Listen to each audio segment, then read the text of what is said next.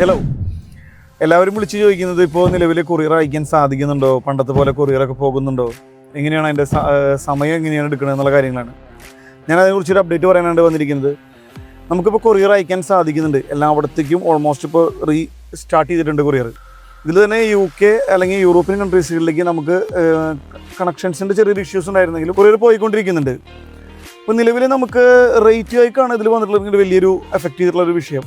GCC കൺട്രീസിലെ main ഹബ്ബുകളെല്ലാം ഇതിൻ്റെ കാരണത്താൽ shut down ആയപ്പോൾ നമുക്ക് ഡയറക്റ്റ് ഫ്ലൈറ്റുകളിലാണ് നമ്മൾ ഓപ്പറേറ്റ് ചെയ്തിരുന്നത്. എന്നിരുന്നാൽ പോലും ഈ GCC കണക്ഷനുള്ള ഫ്ലൈറ്റുകളുടെ അവൈലബിലിറ്റി അല്ലെങ്കിൽ അവരുടെ ഹബ്ബുകളെല്ലാം ക്ലോസ്ഡ് ആയതിൻ്റെ ഭാഗമായിട്ട് നിലവിലുള്ള വളരെ കുറച്ച് ഫ്ലൈറ്റുകളിലേക്ക് ഇത് ചുരുക്കി.